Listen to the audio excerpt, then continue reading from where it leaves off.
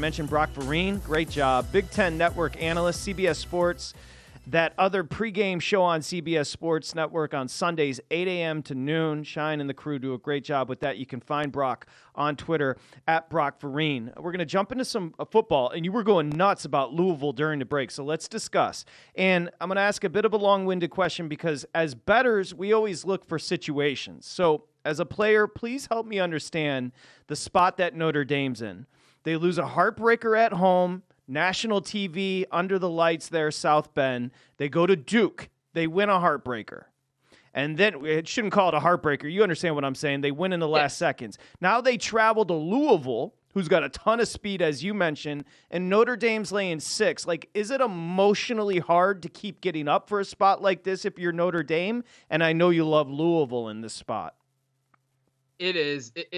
It's so taxing when every single game that you play always comes down to the final moments, right? Now, other than Ohio State, they've been on the right side of those moments, but it does weigh on you. And as the game ticks on, you kind of have that thought in the back of your head of here we go again, especially with the embarrassing way that they lose to Ohio State with only having 10 guys on the field. I'm taking Louisville.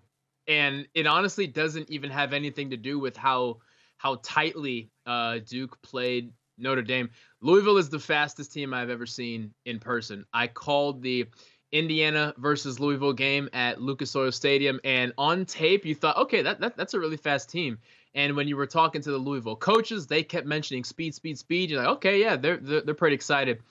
From the very first play, like they are just faster than everyone else. And yes, defensively, they got some funky things going on. Sometimes they get exposed. They're not the biggest group. Notre Dame's probably going to keep the game between the tackles. But offensively, there's nothing you can do for speed, right? Fast is fast. You can't prepare for it. You can't get better at it. You either have it or you don't. This is the fastest team I've ever seen. They can strike from anywhere. Jawar Jordan and Jamari Thrash are two names that the entire country will know by Saturday night. Just to follow up, you think Louisville could beat Notre Dame outright, correct? I think they beat them outright, yes. Awesome. Great. Go ahead, Amal. No, love the call there. Want to go to one of the best rivalries in college football, the Red River in Dallas between Oklahoma and Texas. Once again, two teams ranked. And, Brock, this is going to be a crucial game, what appears to be going towards the college football playoff. Tell me what you like or who you like in this particular matchup. And Oklahoma hasn't been challenged the way Texas has so far, but I don't know if you've seen the Sooners and what your thoughts are on them. Oklahoma's in such a weird place because for a far and wide blue blood program who has a superstar of a head coach in his second year, who has a superstar quarterback, nobody knows anything about them, right? Like, if you took 100 random college football fans who watch college football every single Saturday, I would say 40 of them couldn't tell you a single thing about this Oklahoma team. They play really good defense, and that was the focus of this year. Brent Venables, the longtime defensive coordinator at Clemson, championships, all that. That was the focus, right? Last year, they were just throwing stuff at a wall, seeing what stuck. They went into the portal. They won in the portal, and that defense is flying around. Now, you have to lean Texas because they are so battle-tested. Quinn Ewers he's as advertised. I know he was off to a slow start, but him and Sarkisian have figured something out. I'm not as blown away by their wide receivers. I feel Quinn Ewers makes them look great, and without him, they're really, really good. That's not to say that they won't be great in this game. It's going to be a very fun one to watch. Again, I have to lean Texas just because they are more battle-tested, but this Oklahoma team is headed in the right direction. The winner of this goes to the college football playoff. It may not be Oklahoma this year, but it could be them next year. Great breakdown. We can, of course, see Brock on Big Ten Network as an analyst. So let's talk about the Big Ten. Let's talk about a school you're familiar with, Minnesota. So here comes Michigan. Just give me an idea. It doesn't feel like your boy PJ quite trusts the quarterback at this point. The offense struggling, to be kind. But here comes Michigan. Michigan's laying 19.5 at Minnesota, Brock. The PJ Fleck era of football in Minnesota can be defined as being conservative offensively and playing great defense. The problem is this year, really just the past 3 weeks, Minnesota has not played with their top 10 defense. Defensive coordinator Joe Rossi, as long as he's been there, Minnesota has a top 10 defense, foregone conclusion. So the offense can say, hey, let's get 17 points because our defense is going to get 4 interceptions and 5 sacks, right? That's not the case this year. The defense is young. They'll get back to that level next year, but you got a lot of sophomores running around, still learning. So if Minnesota is going to win this game, they have to buck the PJ Fleck trend of playing conservative, because no one is going to win the time of possession game against Michigan's rush defense and Michigan's ability to run the football. You have to trust Ethan in this game. If you are going to win this game, you have to let him chuck it. They are not going to have success on the ground, especially if superstar freshman Darius Taylor is not going to play, which he did not last week. Maybe it'll be different this week, but he still won't be 100% if he does. By the way, Mo Ibrahim, where did you go? Boy, they need him. People forgot how great he was there. I was like, this guy was such a big loss for them. Let's go to an intriguing matchup here on Saturday in Columbus between the Terrapins and the Buckeyes. Maryland has generally played Ohio State pretty tough with Mike Locksley at the helm. This offense is pretty spectacular in terms of what they can do with Taulia at quarterback. They're getting 20 on the road. Is this Buckeyes team defensively elite the way they've shown so far in the first 4 weeks that they've played? And can they slow down this Maryland team enough to be able to win by this margin?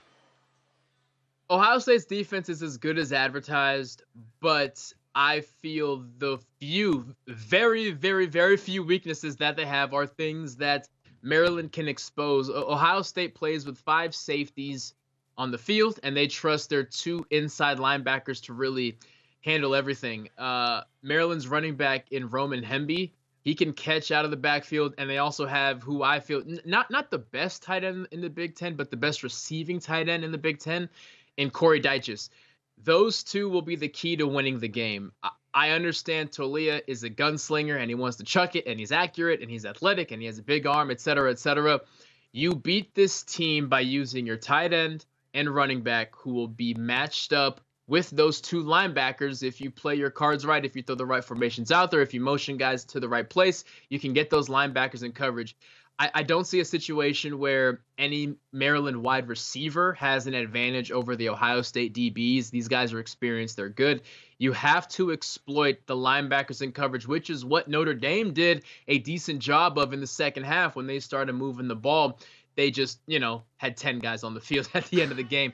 So that's what I would look for. Maryland may not be the high-flying, chuck the ball 50 yards every play team this Saturday, but if they can scale it back a little bit and be patient, there's some matchups over the middle that they can exploit. Do you have Penn State in the Ohio State-Michigan conversation, Brock? I have them above both of them right now. I will say this, though. The margin between Penn State and Michigan and Ohio State, who we'll say are tied. I'll have Michigan 2, Ohio State 3, just barely. I had it at a much larger gap going into last week. I wasn't very concerned with the lack of explosive plays on Penn State's offense. After that game against Northwestern, I'm officially very concerned.